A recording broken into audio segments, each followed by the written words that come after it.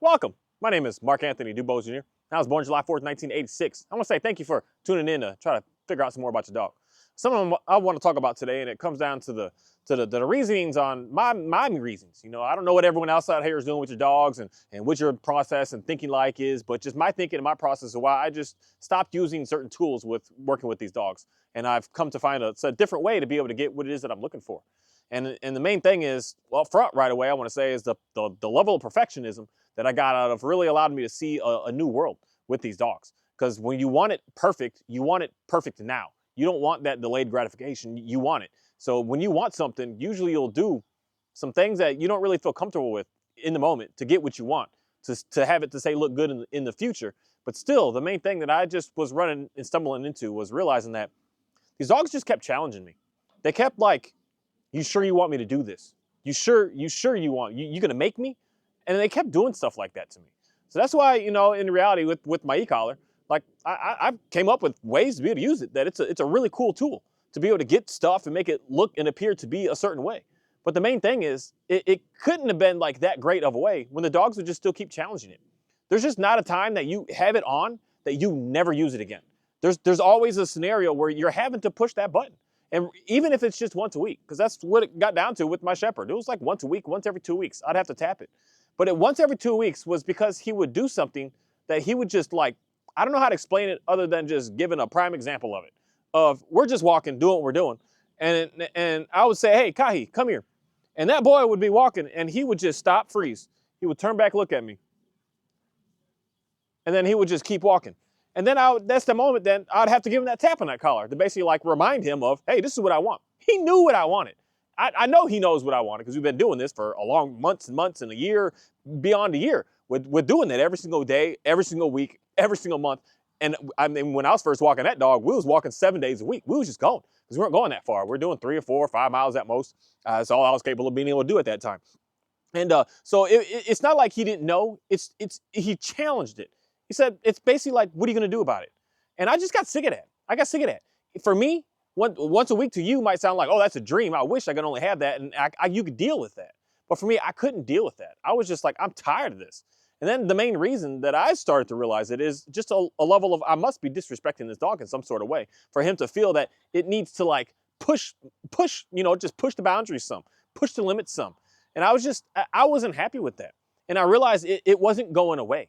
It may have been less frequent where it used to be a day-to-day type thing, or some of the first walks, you're tapping that button like literally 10 times to get the dog to understand what you want. And then you're just tapping it once a day, once every 3 days, once every 4 days, once a week, once every 2 weeks, once a month. But the main thing is it was never gone. When I got in my brain, I was like, oh, we don't need this anymore. I remember the first day I did that. We don't need this anymore. I haven't tapped it all week. So I just didn't put it on during a walk. And I saw craziness. Like, I don't know what was going on in this dog's brain, but I had to put him right back on leash and say, hey, no, dude, like we need a new foundation here. Then of course for me being me, I scratched that walk. I walked back to the van. I remember this day. I remember where I was. I remember what was going on. And I was like, nope, we can't do this. And then there was a second time that this went on. Like I stopped that walk. I walked for about 2 minutes and he was just pulling on leash, jumping, doing what he was doing. And I was just trying to pull him back with the leash. And he knew that that other thing wasn't on for me to be able to tap to get him to stop. So he just kept going and going and going and going and going. And then the second day was I don't know what happened, but the battery system on it just wasn't charged up. It wasn't working. So I did the same thing. And I was like, oh, we've been fine. We've been okay. So I went out and then I realized, as soon as he realized that he did a little pull into that leash and he just looked back at me like, basically, what are you going to do about what I just did? And since I didn't have anything other than just, I think he had a regular flat collar on that one, I was like, well, I got nothing. So again, he just went crazy. He just went to doing what he was doing. Just didn't give a crap about me at all because I didn't have that secondary thing that would basically like convince him, make him know that I got something that he just can't escape from. Because on his collars, they're powerful when you're really using it in a way to really like say, give a dog a correction. They're very powerful. I mean, I've only seen one dog still that'll take 100 on that collar and just look at you like that ain't nothing. I've seen a dog like that, unfortunately, but most they can't. You push that thing on like a 70 on those e-collar technologies, and pretty much like 99.9% of dogs are just going to like, they're done. They're like, whoop, that we're good. Like whatever you want me to do, I'll do. Like they submit. But when you don't have it, that's when the dog gets it challenges you. I just got sick of that. I got sick of it just realizing that I must be doing something wrong, because if I was doing something in the right way, my dog wouldn't keep challenging me this way. Because something that I've always had with, I don't even know where my dogs are right now, but they'd be fine. You can probably see them back there. Oreo back there, my border collie, I didn't have challenges with him. When I'd say all done, let's go home, we were good to go. When I say, okay, let's get in the van, let's get out the van, wait in the van, don't get out and do this, everything that I would just ask this dog to do, he's just like, okay, I'll do it. I'll do it. And someone can say, well, that's because it's a border collie, it's an agreeable dog. I can vouch for that because they are awesome. But at the same time, I've never set up our relationship to be in a disrespectful stance. I never put this equipment on and told them this is what you have to do and have to be and have to do stuff like that. I never started a foundation like that. I started a foundation of giving him what he needed and him giving me what I needed. And that's the foundation that we had. So I never had challenges with him.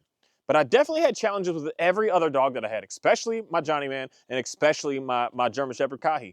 They would just like, they would know when something wasn't right, when something was off. And I was done. I was like, this isn't right. There has to be a different way. Because for someone, this is the part where I would say, if you're happy with that, if you're okay with that, just keep doing what you're doing. Just don't listen to a single thing that I have to say about the need of not needing any sort of the prongs or even the slip leash at the end of the day. I realize that I don't really need that to get what I need, but just slapping a harness on a dog and just putting it around your waist or holding onto the leash and just having a dog go. If you're happy with using what you're using, at the end of the day, just keep doing what you're doing. Because there's nothing that I'm going to say, and I don't even want to say the language to how to convince you that what you're doing is wrong.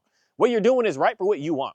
But the main thing is, this is the part where I want to be able to let someone else that doesn't feel comfortable doing that know that, yes, you still can get what is it you're looking for with your dog.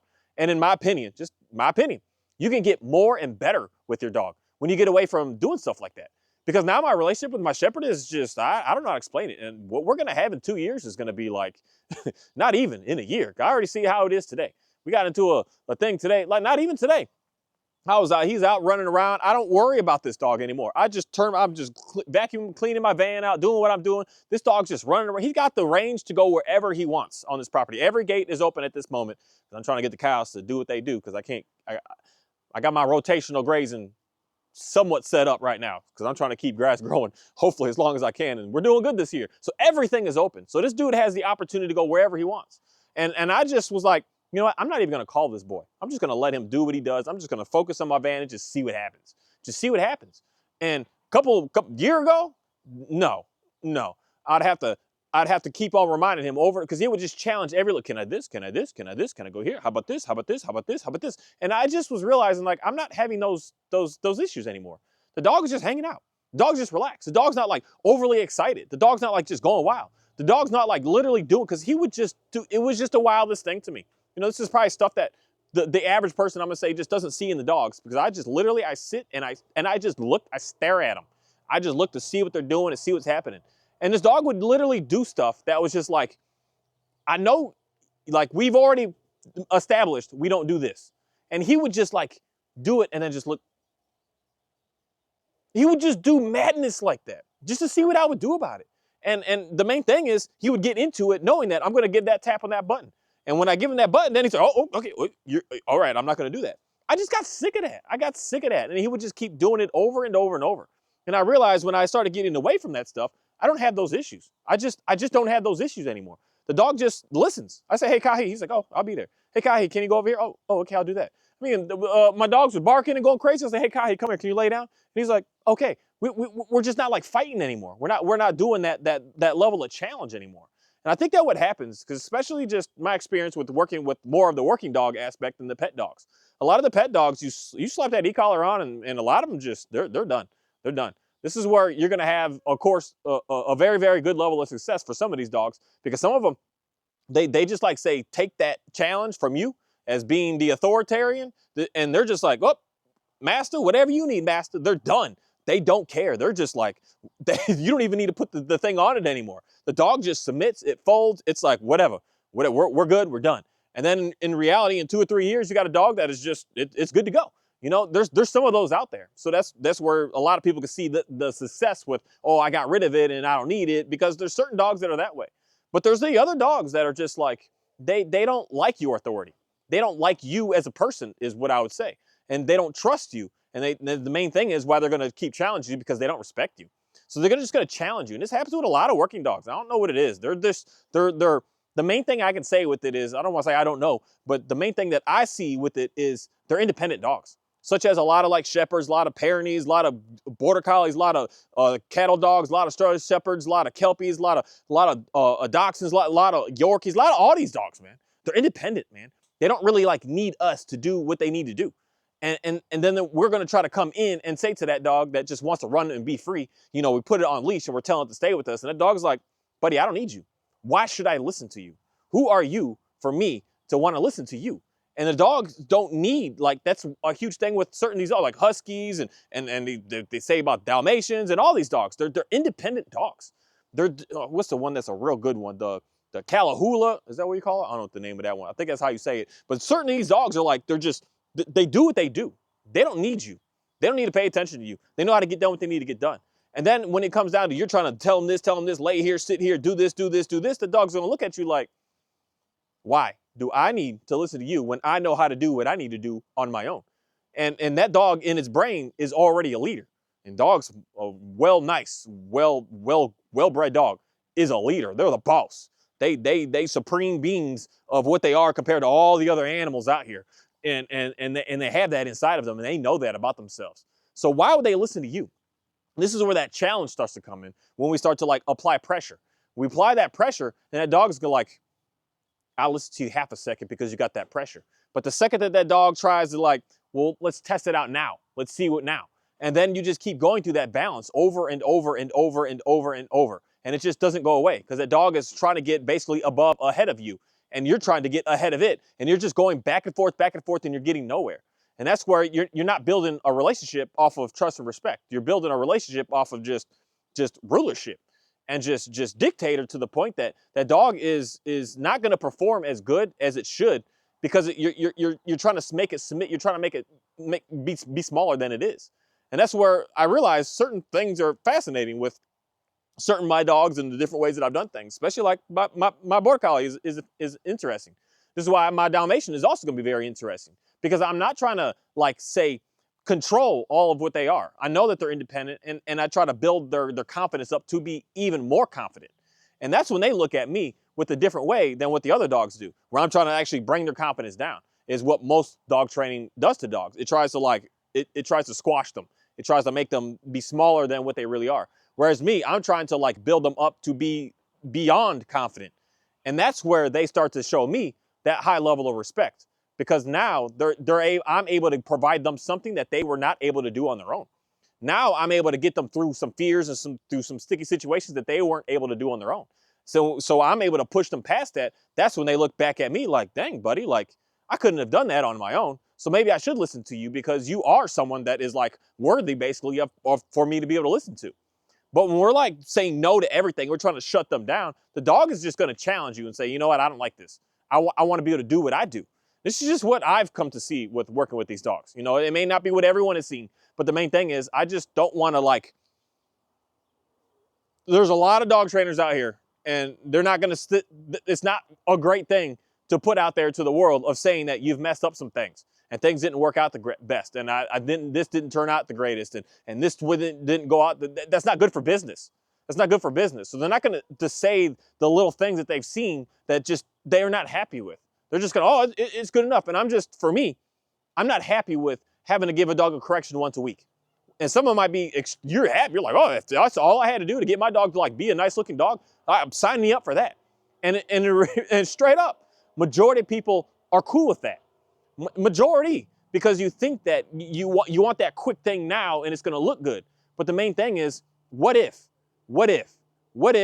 and what is in your face that you're having to do this and it's not actually giving you what it is that you were actually wanting. And you're thinking you want it because someone else out here is saying to you that this is good, but inside you're just like, I don't know, I'm not sure.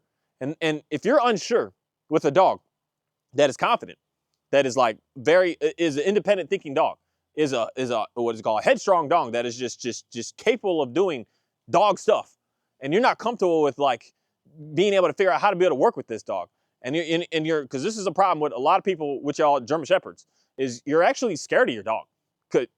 Some of y'all, not saying that you should be, but You should be with what we're doing to these dogs at the end of the day, with what I know that they're capable of being able to do. And if you're scared of the dog and you're trying to do stuff to this dog to try to be unscared of it, and you see the dog start to, like, say, shut down some, and you're able to, say, control that dog in that moment, you're nervous of what's happening, because you're feeling like you're having to do some things to this dog that you're not even comfortable with, and someone's going to say to you, this is the only way to be able to get what it is that you need. And I want to say, like, no, that is not. That is not. Because the number one thing me as a dog trainer, even going to dog training school, we didn't worry day one about giving this dog proper exercise. We worried about putting the leash on the dog and getting the dog to sit. Get the dog to sit. Get the dog to sit. What about giving this dog some sort of outlet to be able to get this frustration that it has out, so that we don't have to, like, worry about the foolishness is all that I can say. And the trickery of, like, give the treat and do this and do this and do this. So this is just why, for me personally, I've gotten away from doing certain things, because I got sick of the challenges.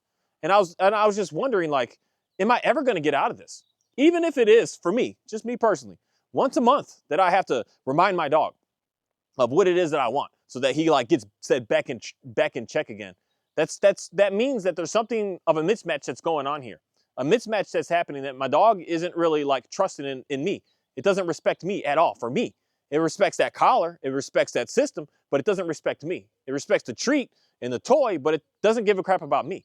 And that's where, for me, I was running into that scenario that if you want to be able to take your dog multiple places and all around and all kinds of stuff, it doesn't come down to, like, having to punish the dog more to get it to listen to you more, because the dog is going to, it's going to be on edge all the time.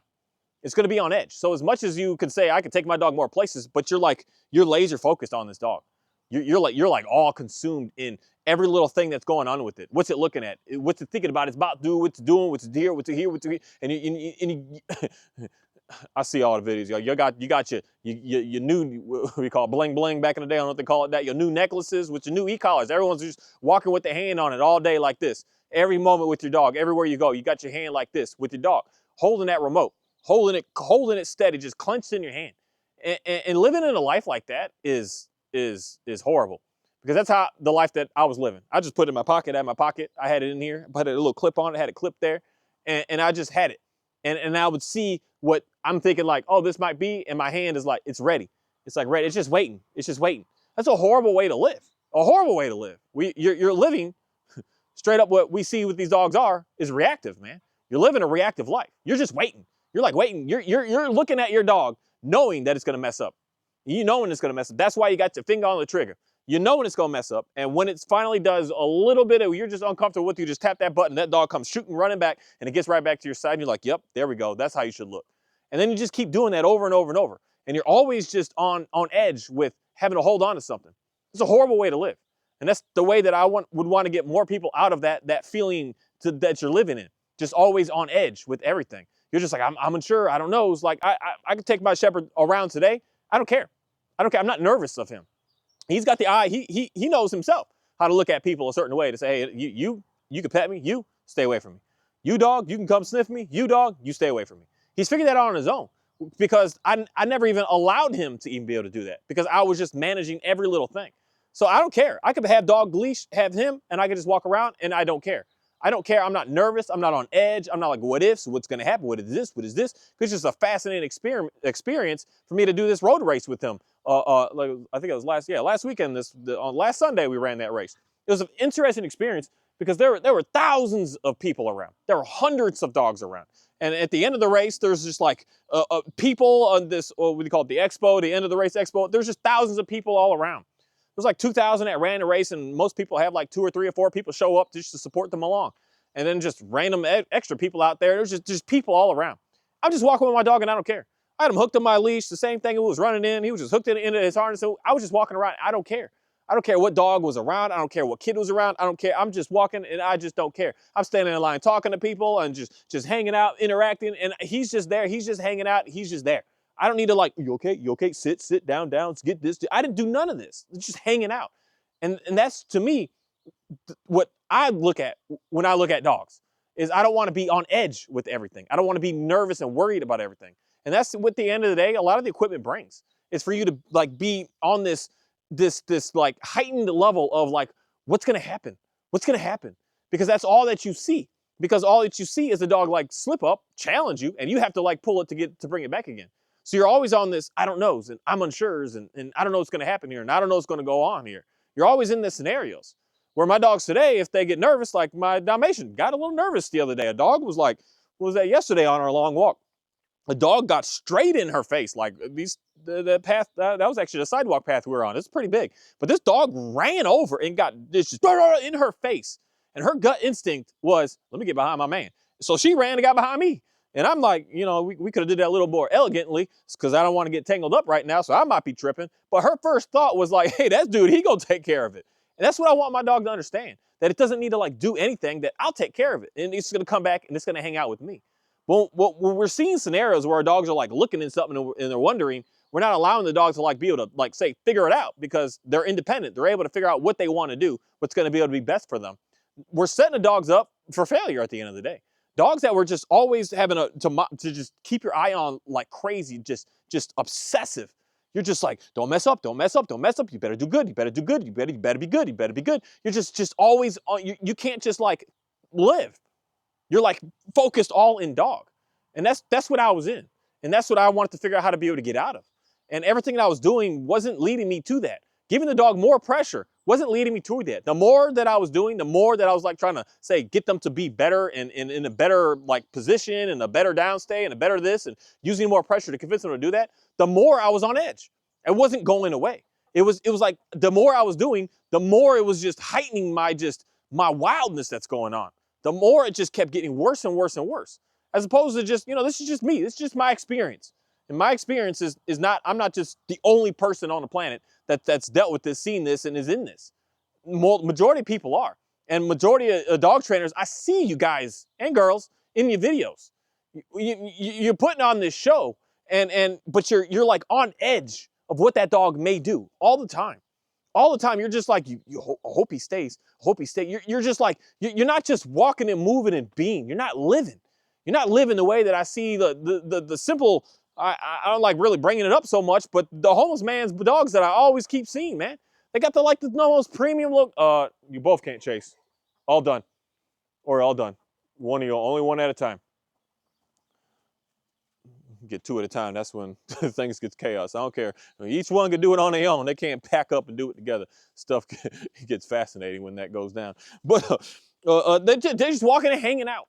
The random person in the restaurants that I see, when they bring the dog and they're sitting outside, they're just eating. They don't give a crap. Not saying they don't care about the dog, but just in that moment, they're doing what they need to do.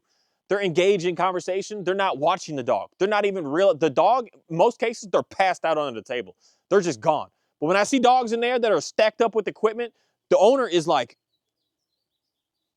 all on that dog. You can't like turn your back for a half a second. You're smothering the dog. And that for me is what I was feeling, what I was in. My situation of life that I was stumbling upon. That I would have my dogs in places and start to be like, is he gonna be okay? That's the main thing with my Johnny. I don't know what it is with that dog, that he's taught me so much. He's taught me many, many valuable lessons. But the main thing is, he taught me that the more that I was trying to control every aspect of his life, the more I was scared of this dog, not of anything that it would do to me. I wasn't scared of this dog biting me. Granted, he did actually bite me. He bit my face with the first week that I got the dog, because I was trying to cut his nails and I held that dude down, and that dude's big and it's not such an easy dog to just hold down. And he said no. He growled, he showed teeth, and I still followed through, and that dude let me know, you do that to me again one more time, buddy, it's going to be more than just, he put 3 little punctures in my face. And you know, most people would just not be working with dogs no more, especially day one or week one in dog training school. You already get bit in the face. It's the first bite that happens to you. But it wasn't nothing serious. It wasn't nothing serious where I knew that it was my fault. It was my problem. But I wasn't worried about him chewing on me. I was worried about what he would do to somebody else. I was always nervous of this dog. Anybody even that would come over, I'm like, ooh, Johnny, like, let's put you in the crate. Let's lock you up. Let's hide you, because I don't know what's going to happen now. And I was like that with my shepherd, and my German, it was horrible with him. I mean, granted, I did have he was known to do some wild stuff in his past, but that didn't mean that he was doing it to people, outsiders. He was doing it to the people behind the leash that was holding the leash on him. He didn't like nobody touching him. He didn't like nobody taking him out of the kennel unless you went to go play with him. He's like, you don't touch me. You don't do nothing to me. You leave me alone. And it was nerve-wracking. The more and more pressure I was putting on to get him to look better, the more and more I was just in a situation that I was like just on edge with everything. I was just on edge. I couldn't like just even going to the trails. I couldn't just walk and just like enjoy the trees and look at the squirrel and look at the bunny and look at the deer run. I couldn't even focus on that. I was so just stuck in stuck in his butt because he was always walking right in front of me. I was just staring at his butt, looking at him. Please stay. Please don't run off. Please this. Please this. Always, just every moment. I was never just free. And then even out here, just living and doing what I was doing, I was always like, where are you? What's going on? What's happening? What's going on? And today I'm just like, we good. We good. When I got away from all of that, when I started to just understand how to actually effectively communicate to him, as opposed to, said, an artificial way of communicating, which is what a lot of the equipment brings. It brings a bridge between us that is not real. It's fantasy. But what is real is slowing down. What is real is really understanding the dog and listening to the dog, paying attention to the dog to figure out what the heck does this animal need? What does it need? What's going on with it? So that I could be able to give that dog what it needs, so that the dog realizes that I do know how to communicate with you because I see what's going on. And then we start to just get into a better place. And now I don't need to worry so much. Now when things are going on, they're doing something I don't want to say, hey, we're finished. And they're just like, okay, we're done. But let me do this 2 years ago with this Johnny. I couldn't have him out here right now 2 years ago. He literally wouldn't be here. He jumped, because that's the main thing. He actually jumped the fence 3 times when he took off the very first time I brought him out here. He jumped over the neighbors. He jumped back to mine. He jumped over to the neighbors. No, so he jumped 4 times. And then he came back, and then he was out by the front by the street.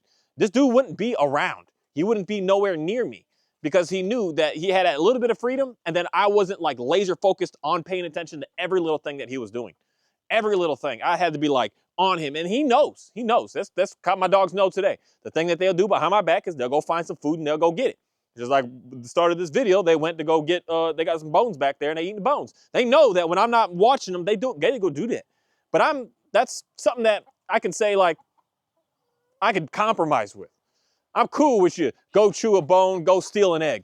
But don't go taking off on me. Don't go killing something behind my back. Don't go doing things like that. Because that's what we're still working on. When I have one at a time, I don't worry about the animals and stuff. It's that pack mentality that gets into dogs. That when you got 2 on 1, because you'll see right here, when it's just him chasing him, he's fine because he's putting them back in the coop right here. But when they both get on it, it gets hostile.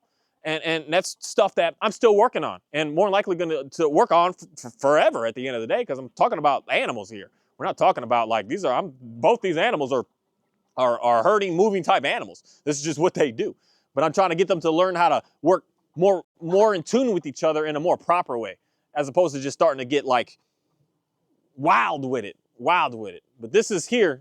Not many of y'all are worried about stuff like this. And this is just for me to keep on realizing the capabilities of these dogs, and then just keep on me pushing my skills, I guess I can say, to keep learning and keep doing more, as opposed to just whatever. Because I want my dogs to be able to know we free, we can do, because they don't do this when I'm like focused on them. They don't do this. They don't chase the animals. They don't do nothing. They just hang out, they walk, they lay, they eat a bone, they just chill. It's a completely different experience. But that's what I want, is how to figure out how to be able to get them to still function real good without you being around, without anything. And when I can get them to look real good without me even focusing on them, that's when I don't need to worry. I don't need to worry. I don't need to worry about nothing. I could take all my dogs anywhere and I don't need to worry. I can just have the leash, hold the leash, and just stand there and hang out. I don't need to be like, what are you doing? And it's such an amazing feeling to be able to have. But I didn't get that when I was like, especially with my Johnny having had the e-collar on. I'd have to watch his butt all day, literally just staring at his booty. He's like, where's he at? He's not here. Where's he at? Where'd he go? Where's it? All the time. Never able to just like chill, even in the house, man. Oh, where'd he go? What room is he in? Where'd he go? Maybe he's in the back doing this. It's just always just having to be on them. And at the end of the day, that's the part where I'm going to say is what's going to start to create an extremely anxious dog, because you're never allowing the dog to just be able to like be free. You're like having to monitor every little thing that is doing every single moment. So when you leave and that dog doesn't have that like thing to do because you're not telling it what to do, it's going to start to go crazy. It's going to start to go wild because it doesn't know how to be on itself. It doesn't know how to just do and live and be in this planet and be in this world. And that's what I want my dogs to be able to understand, is how to be able to live and how to be able to come to me. When you got an issue, come to me. You got something going on, come to me. And I'll help you and I'll address it and I'll get you what you need. But when we're just not allowing them to be able to, main thing I want to say is be free.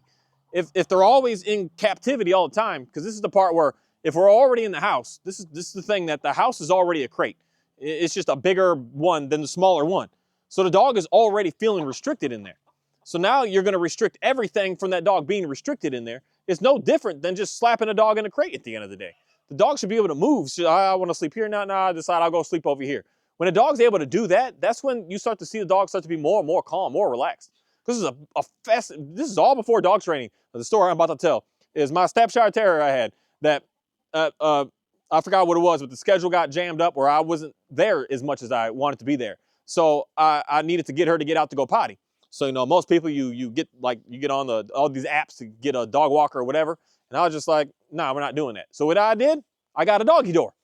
And I put this doggy door on for this dog.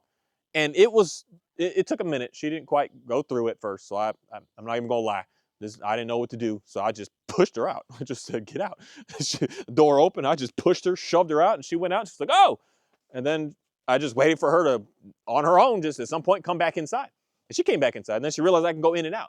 But that next day, there was a huge, I don't know what it is, but there was a huge change in her.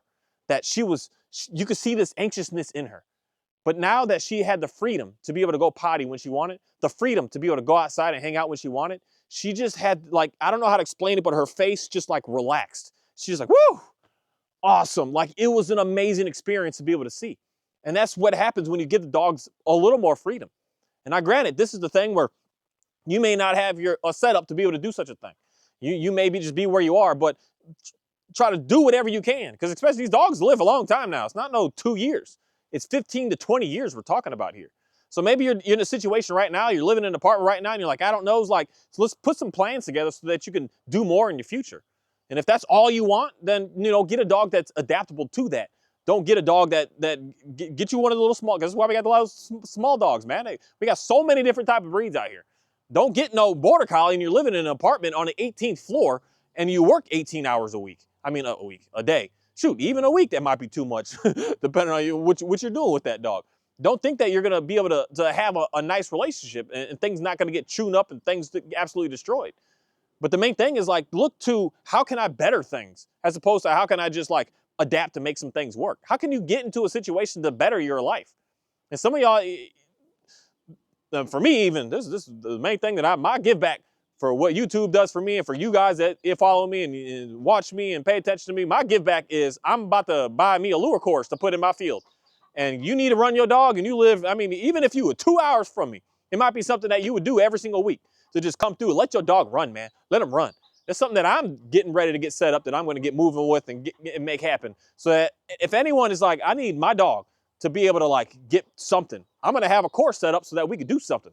And it's easy. It's not like it's hard work. You just sit on I'm going to hopefully get a little setup so we can sit down and get out the shade and have some drinks there and just be able to run the dogs. Run the dogs, run the dogs, run the dogs. Let them run, let them do what they do, let them chase. And I try to figure out how to do some sort of obstacle course with it so they can have to jump, they have to roll, they got to swim, they got to do all kinds of stuff. I just got dreams of future of being able to do. And this is the main thing is if we have more people that were doing stuff like this, we'll be getting to a better place. As opposed to more people setting up facilities on how to get your dog inside this building so that we can get this dog to sit down and place and do all these things. That's not helping the dogs. What's going to help the dogs is getting the dogs out to be able to run, to be able to do. I mean, it's a simple thing right here that, you know, I'm not saying I don't trust everyone's dogs, but most dogs don't really go to kill all my animals. But I can have a little flock out there in a little area to just let your dog move them around, man. Let your dog do what they do. Just so that more people can actually get, like, what I'm going to say is the true success. And because I've realized that just all of the extra, the foolishness of all this control was making me in an excessive amount of just panic all the time. Just panic of like, oh my goodness, you got it right. You got it this. What about this? How about this? What about this? Where's this? How's this? How's this? And I'm just like, I'm done with that. I just want to enjoy. That's something that I said in the video ago and something I need to keep saying every single day. It's already chaos out here to do what we got to do, to live, to just survive. The last thing you want is to have chaos with your dog. You want to be able to have one thing that what the dog should be a representation of a good time. You should have at least one thing that's just like, we're going to do something cool. We're going to have fun. It's going to be great. It's going to be an awesome experience. One thing. And I want more and more people to be able to have that one thing. because it's an absolute enjoyable experience when you run into that situation like that, as opposed to just like on edge about everything. Well, the dog didn't sit right, the dog didn't down right, the dog didn't this, what do I do with the dog? Where's the dog? Who's the hot tub? Why's the dog running? Why's the dog jumping? Why's this? Just all that madness. It's madness. That's madness. And I'm going to do everything that I can in my power to figure out how to be able to help as many people as possible. It's almost like it's slight of a blessing of how many people are moving near here. So this may not even be the house that I live in the future. This may just turn into what it is a commercial property, turn into an official commercial property. A real dog, I don't know what they have. There's some people that got them. I was fascinated with it. I stopped looking at them. But basically a true place for a dog to be able to go, to be able to have some fun. Some animals to be able to move, something to be able to chase, some trees with something to be able to pull on. I mean, just to be able to do stuff so the dogs can actually get fulfilled. And this is something that I want to spread to more and more places so that more and more people could just be able to just actually have the dog that you're looking for, and seeing that it doesn't take much outside of just exercising it, giving that dog what it needs. When the dog is getting what it needs, it's a fun dog to be with. It is so much fun. And you're not like on edge with everything. You're just living, you're just being. And that's my experience on why, me personally, I got away from certain things of equipment to get my dogs. Basically, trying to say, I don't want you to this, so I'm going to use something to get you not to do that. I realized that it was leading me in more control, not the dog. I don't want to be controlled like that. I want to be a free human being as best as I can be. I may not have the freedom of all my environment does dictate a lot of what's going on with me. But if I want to be able to just like hang out with the dog, I want to hang out. I don't want to have to like have some sort of strict regimen that I need to be able to make sure that I could do something basic, such as open my door and go out in the front yard or go for a walk around the block. I just want to be able to chill, because that's something that all my dogs, I mean, even my old house that I lived in the neighborhood with my old dogs, people will come over, open the door, oh, shut the door, the dog's here. I'm like, the dog's not going anywhere. The dog's in the house. The dog's not just going to break out and just go. The dog is here. The dog is satisfied with being here.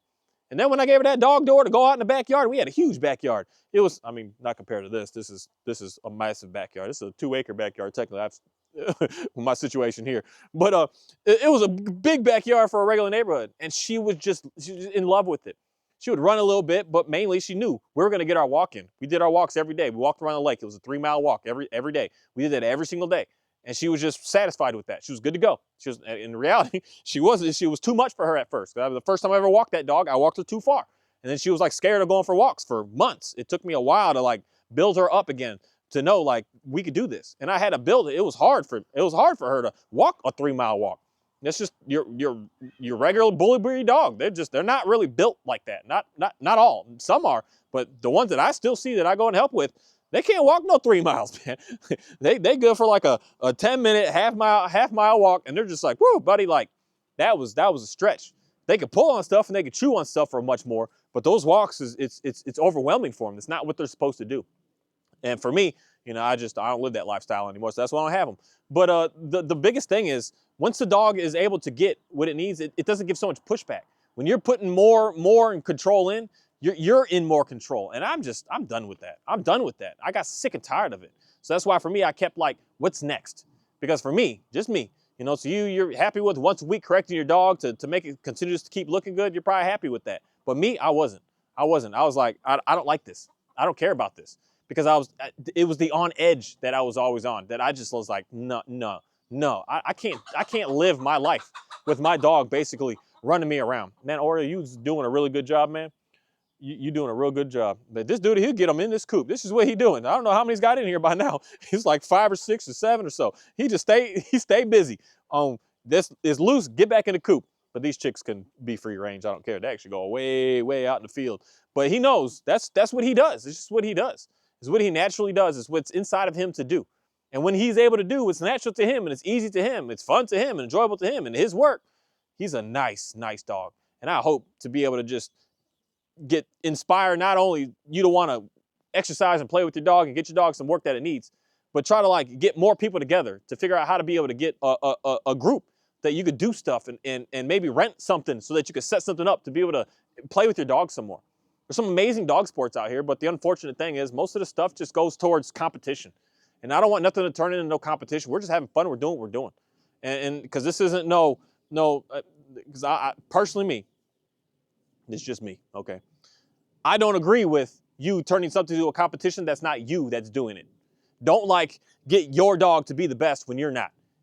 That's just the way I see some things. Now, if you want to you turn yourself into a competition. You do the work. You get it all done, and you go out there and you on the field doing what you're doing. Not you getting something else out there to do that. That's the part where it starts to get toxic because we're like start to push the animals more than we should, and it's to the detriment of the animal. We start at the end of the day just abusing the animal because we want to win so bad. And for me, I don't agree with everyone gets a medal, and that's why if you showing up to run, just run. And don't just the first 3 get a medal. That's what it is. But that's not the system that I want to have set up. Is we're just playing, we're having fun, we're doing what we're doing. It's like a pickup game. We're just playing in the neighborhood. We're having a good time. We need more interactions like that with these dogs than the sports side of it, because the sport is just it's damaging. We just need to get out and have fun with these dogs. We need to get out and do stuff with these dogs. We need to get out and make it happen. Man, seeing these dogs and playing in water, just something needs to be set up so these dogs can swim in a more of a safer place. And a lot of y'all got certain labs and certain of these dogs that just love some water, man. And if they were able to just be in a place where you could just do that, where it's a safer situation, that where I take my dogs, some people probably won't feel comfortable with that because I'll let them go. They be free, man. But I don't worry so much because they always come back. But the main thing is we need to have more places that are just set up. So more people put up lure courses. More people have some land where you can take a car out. Some places you can bring an ATV out and let the dogs run, and just allow the dogs to be able to run and be able to just love life. You're going to see the dog that you really want, because the dog is going to give back to you tenfold what you're giving to it, because that's the purpose. That's what the dogs are all about. And when you're giving them the dogs that, it is an absolutely amazing experience. Thank you. Something about these dogs that when I got away from all the control and I got myself out of the control, I realized something special about them.